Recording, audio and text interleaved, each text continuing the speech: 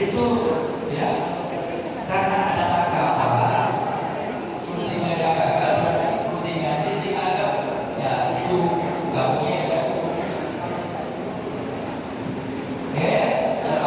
Suasana penataran dan upgrade pelatih wasit juri pencak silat tingkat daerah Provinsi Kepulauan Riau. Guntingan itu bukan sebuah pelanggaran. Ya. Kalau guntingan kita itu dia keluar rentang,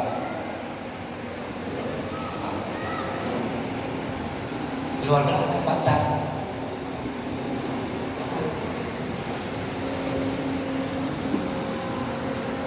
sebenarnya jatuh ya jatuh tapi ini jatuh tapi kalau kena guntingan gagal diulangi keluar baru dia kena itu. Masya Allah. Dia tidak jatuh. Ini Sekjen Tipsi Batam. Kalau guntingan saya jatuh berarti di luar belakang berarti bakal keluar belakang soalnya tidak sah. Tapi kalau guntingan saya gagal sehingga dia nanti itu keluar belakang ya Ini Pak Suyatno yang luar biasa, Pak Yuharmen, Pak Wahyudi dan Pak Karim, luar biasa.